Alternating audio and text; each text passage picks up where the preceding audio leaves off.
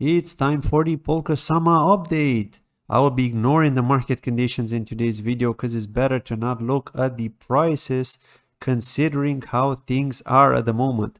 First of all, I would like to look at what's going on in the auctions, and then I'll take a look at what's going on in various Polka projects. Parallel are constantly winning the bid since Astar won, and the bidding has begun for auction 4 and will very likely win this on Thursday. Oh, and kind reminder, if you haven't already contributed to Parallel and wish to do so, please use my referral link from the description of this video to get a 5% bonus, or simply if you want to recontribute. Thanks in advance for that. Now, Clover then seemed the likely favorite to win the 5th auction, but since the last time I covered the Parachain auctions update, they got like 100,000 DOT extra in contribution, so they have the best shot. Manta have not received many more contributions, unfortunately, but it looks like Affinity have. So let's see how the battle progresses from Saturday till next Thursday when bidding begins. And shout out to HC Capital for tweeting this really nicely designed diagram of the auctions, and they obviously support Moonbeam a lot because they mark them as the number 1. I'm not sure if they mean the winner or just number 1 in general, but it really looks like the first batch winners will be those on the top left side of their diagram. Next up for Kusama, congratulations to Subsocial for winning the 16th auction, and now auction 17 will be underway once the ending period is over. And who do you think will take it? Should come as no surprise, Zeitgeist, who I've mentioned earlier on this channel. And thanks in advance if you use my referral link, and if you still wish to do so, for that whooping 5% bonus in the description of this video. Next up, it looks like Sakura, who are Clover's Canary Network, will possibly win auction 18. And then maybe Sherpa X with auction 19 to give all those very patient Chainx holders their long awaited for KSX airdrop. Now, before we talk about the rest of the news, I'd like to take a moment to thank today's channel sponsor, Stablepool, so I'll play this short clip. Thank you. This video is sponsored by Stablepool, a universal liquidity provider for decentralized exchanges. It's currently got just over 89 million in total value locked, and what it does is it aggregates the liquidity from all the decentralized exchanges available in their partners list, which we'll take a look at a bit later. They have a feature which allows you to stake various cryptocurrencies on the Ethereum blockchain from a minimum of $100, as we can see in this image. Top ones being stablecoins, as they provide a protection against volatility and give you a lot better returns than if you're just holding your money in a bank savings account. I think a lot of people still don't realize that maybe they just don't understand nor feel technically comfortable to make the jump. This is why I think once there will be some brokers out there who will manage this for their customers, there will be more onboarding for stablecoin staking and also top cryptocurrency staking, which are safer for the long term and less volatile. They're also offering liquidity mining. Different pools of tokens are locked in smart contracts, and you can choose from a wide range of pools that you could wish to add liquidity to and get a percentage of the pool rewards. Now, to get to the partners, Pantera, Fenboshi Capital, and Arrington Capital have invested in Stablepool. You can also see a list of the dexes that they support with the pools that are available on their website. The company is based in Tokyo, Japan, and you can get in touch with them if you would like some assurance. Also, if you want to check out their white paper, they've got 2 versions available, the English and Japanese one.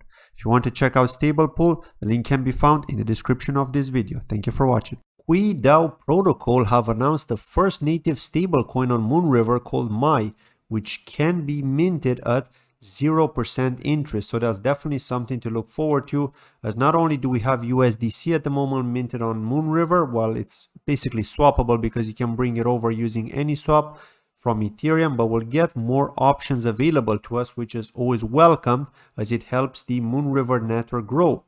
But one thing that I've recently bought a number of tokens off and departed with some of my mover is Rome from RomeDAO, which I'll do a video on very soon to explain why I think it's good and why I personally bought some.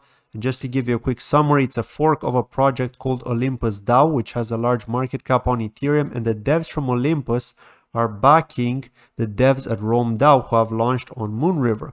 It did take a plunge though in terms of price since it's all-time high, but think of it like DeFi 2.0, which is next level, and I think very soon we'll see some more projects follow a similar strategy and protocol as Rome and Olympus DAO. Next up, Kulupu, the first and only proof of work project that have developed on Substrate as a solo chain, is one I haven't talked about in a very long time. I used to hold it back but ended up selling because I just didn't like the fact that there were no plans for new exchange listings and the miners could just constantly dump on the market. So now with this market crash, they're trading at almost 4.7 cents and they're still not on any new exchanges. So maybe the miners have decided to stop the heavy dumping. I don't know, I'm not sure, but this is how it is at the moment. But some of the updates they have is the Substrate chain maintenance, some documentation updates, bootstrapping the testnet, and implementation of the proof of work engine version 3, which means they're really improving their proof of work engine and the consensus algorithm. And also actor-based smart contracts, because the idea of Kulupu is to be the proof of work blockchain, which is bringing smart contracts to Polkadot. Regardless of price, the devs are working hard, so kudos to them for continuing strong and for bringing new implementations and new versions of the product. But I really think that they need to do something about those exchange listings, because if not, then people are just going to lose hope, because at the end of the day, people want the hype, people want exchange listings, they want liquidity. So yeah, I think that they need to maybe hire a marketing person who can help them on those tweets, because at the moment it's just mostly technically based, mostly technical updates, and the community is just not really having it. It's just how it is, right? Not everyone's cup of tea is those technical updates, so they'll need to find some workaround for that. Now, Bifrost will hold an AMA tomorrow on Crowdcast with Darwinia about the SALP on Polkadot and to ask any questions you may have about Darwinia. Now, I'm not sure if they'll also be able to answer any types of questions or just SALP related ones, and ones that also include Bifrost and how they might work together, but do join and find out if you have time tomorrow. Also, one day later, on the 8th of December, Bifrost will hold a community call about the latest development updates and also some more stuff about VS Dot, but it's really the new development that I'm personally interested in with Bifrost, to see what are they going to do, because now they've got a real competitor, and that's Parallel, and we can't be joking about this. I mean, they really have proven to be a really good competitor, so we'll have to see. And finally, Polkadex have kicked off their order book and mobile app security audit, which is a major step, because Polkadex are all about having that order book available for us to perform swaps on their DEX and no longer have to use centralized exchanges when we want to swap in and out of our Parachain tokens.